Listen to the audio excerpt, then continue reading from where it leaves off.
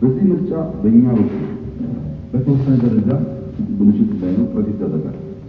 እንደምታውቁት ምርጫው እንዲራዘም ፍላጎት ነበር። ዋነኛው ፓርቲ ውስጥና የነበረው በብዙ ምክንያት በጥቅሉ ኮሮና ቫይረስ ኖሮ እና ምርጫ ሊደረግ ምን ሊፈጠር እንደሚችል መገመት ያስፈልጋል።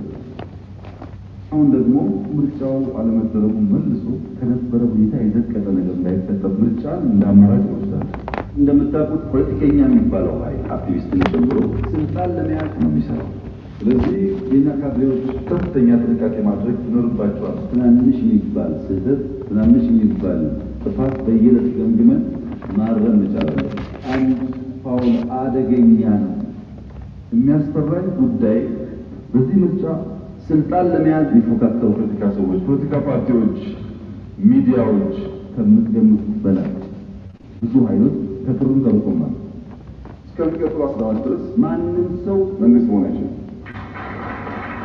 እሞታለሁ እንጂ ስልጣን አልሰጥም።